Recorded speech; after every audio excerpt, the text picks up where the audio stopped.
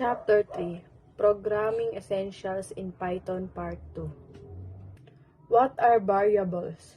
It seems fairly obvious that Python should allow you to encode literals carrying number and text values.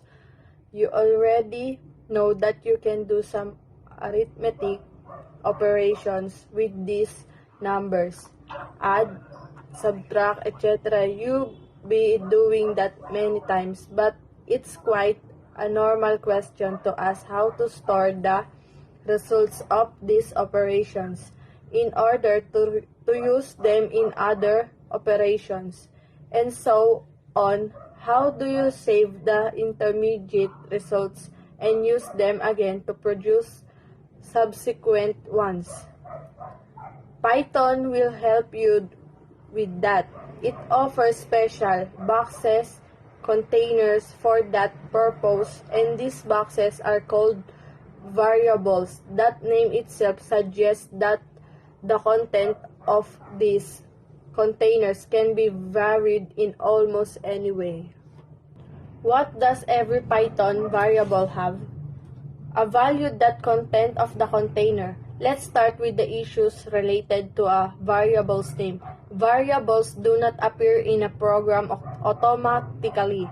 As developer, you must decide how many and which variables to use in your programs. You must also name them. If you want to give a name to a variable, you must follow some strict rules. The name of the variable must be composed of uppercase or lowercase letters, digits, and the character underscore. The name of the variables must begin with the letter. The underscore character is a letter. Upper and lowercase letters are treated as different, a little differently than in the real world. Alice and Alice are the same first names, but in Python they are two different variable names, and consequently two different variables. The name of the variable must not be any of Python reserved words. The keyword explain more about this soon. Correct and incorrect variable names. Not that the same restrictions apply to function names. Python does not impose restriction on the length of variable names, but that doesn't mean that a long variable name is always better than a short one. Here are some correct but not always convenient variable names. My variable 34 exchange rate counter days to Christmas. The names is so long that you will make mistakes with it.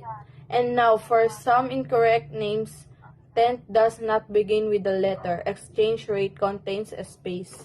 Let's talk about two important things: how variables are created and how to put values inside them, or rather how to give or pass values to them. Remember, a variable comes into existence as a result of assigning a value to it. Unlike in other languages, you don't need to declare it in any special way. If you assign any value to a non-existent variable, the variable will be automatically created. You don't need to do anything else. The creation or otherwise its syntax is extremely simple. Just use the name of the desired variable, then the equal sign, and the value you want to put into the variable.